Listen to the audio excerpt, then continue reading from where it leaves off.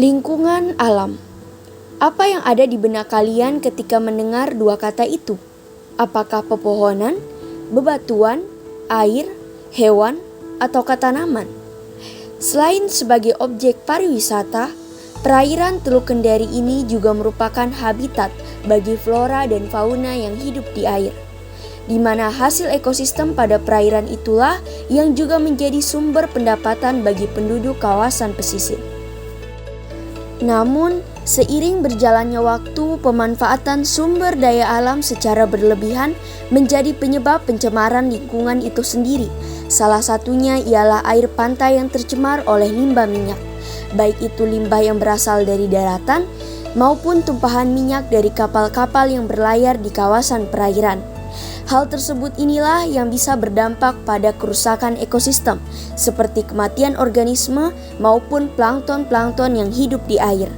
Meskipun sebagian besar masyarakat memahami bahwa banyak dampak dan kerusakan lingkungan yang diakibatkan oleh minyak pada air laut, nampaknya kebiasaan tersebut masih sangat sulit untuk diubah. Ada hal yang perlu kita renungi. Sikap dan pengetahuan tidak selalu berhasil menciptakan perubahan perilaku. Limbah minyak itu telah banyak mengontaminasi air pada lautan di Indonesia. Fenomena ini bukan terjadi akibat ketidaksengajaan ataupun ketidaksadaran dan kurangnya pengetahuan. Semua ini terjadi semata-mata atas dasar kurangnya kepedulian terhadap lingkungan.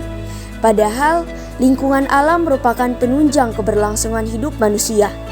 Allah menciptakan lingkungan alam untuk dijaga dan dilestarikan, bukan untuk dimanfaatkan kemudian dibiarkan rusak begitu saja. Lantas, apakah manusia akan berdiam diri saja usai melihat kerusakan tersebut?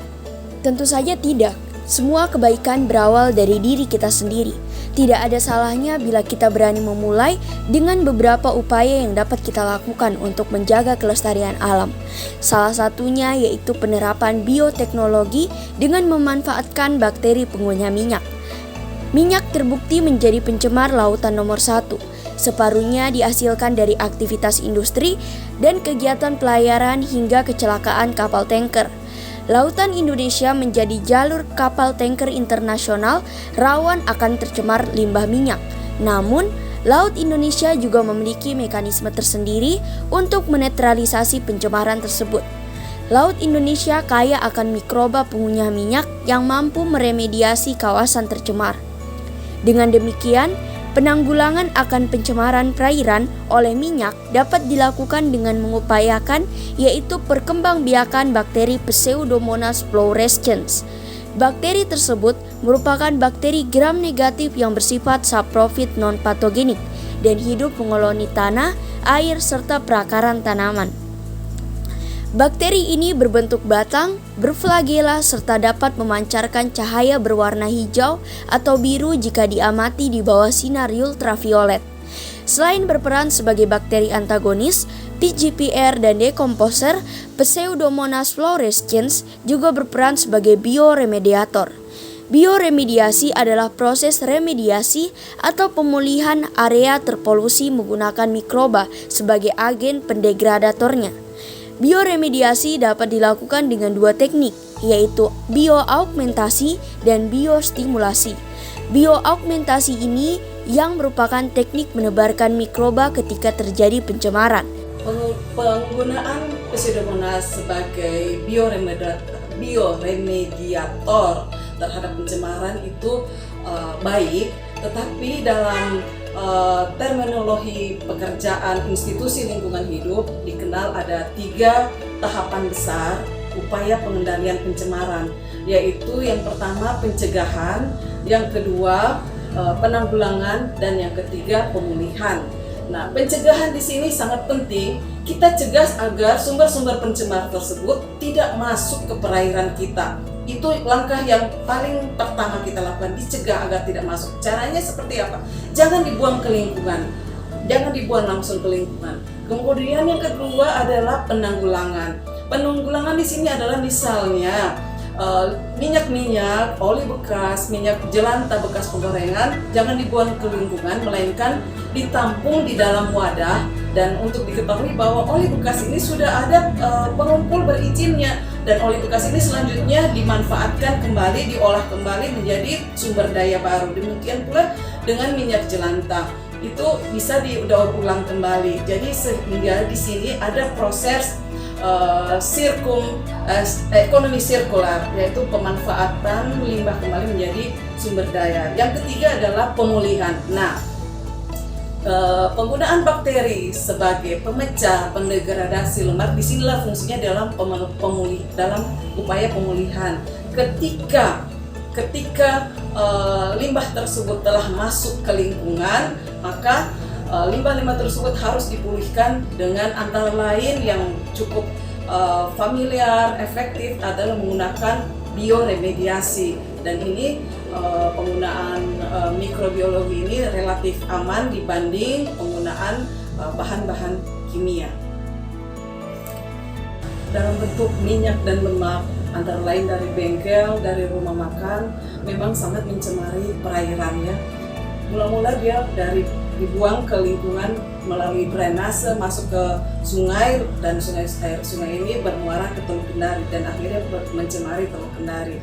Secara alamiah sebenarnya di alam ada bakteri-bakteri pengurai, antara lain Pseudomonas, yang mendegradasi atau memutus-mutus rantai karbon dari senyawa-senyawa hidrokarbon dari lemak dan minyak tersebut.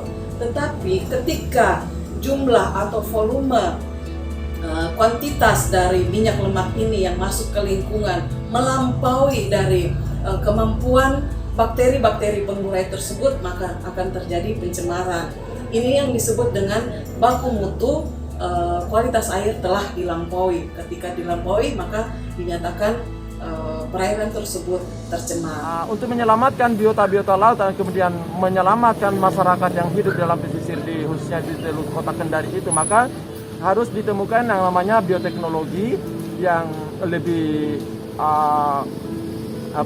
lebih baik, sehingga itu dapat mengurai dari sejumlah bakteri yang begitu banyak. Karena kita ketahui bahwa bioteknologi itu adalah merupakan salah satu cara yang paling ampuh untuk mengurai daripada limbah-limbah pabrik, limbah rumah tangga, limbah dan seterusnya, minyak, apakah itu minyak yang dari pabrik maupun dari rumah tangga. Dan bioteknologi yang paling ampuh inilah yang harus dimanfaatkan oleh masyarakat, dan itu harus mendapatkan supplier dukungan dari pemerintah daerah terhadap generasi anak-anak. Apalagi ini kita ketahui di SMA Negeri 4 Kendari ini sangat gemar sekali siswa melaksanakan penelitian seperti ini, dan itu harus perlu dukungan dari pemerintah daerah setempat, dari lembaga pendidikan setempat, kemudian dari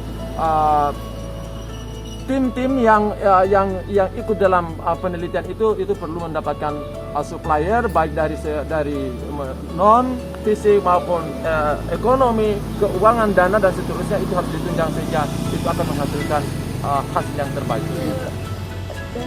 Oke, jadi dampak dari pencemaran air laut tersebut, yang pertama dapat mengganggu ekosistem di laut.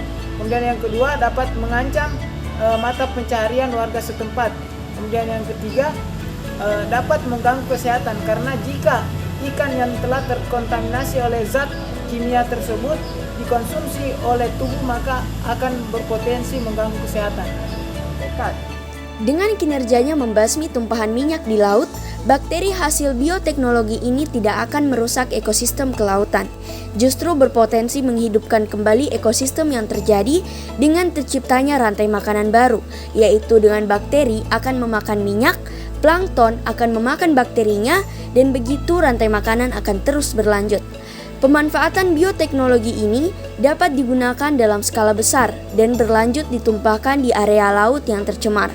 Dampak positif dari penggunaan bioteknologi berskala besar ini menjadi awal terwujudnya pelestarian lingkungan kelautan. Dengan sains dan teknologi, bumi bisa hidup kembali.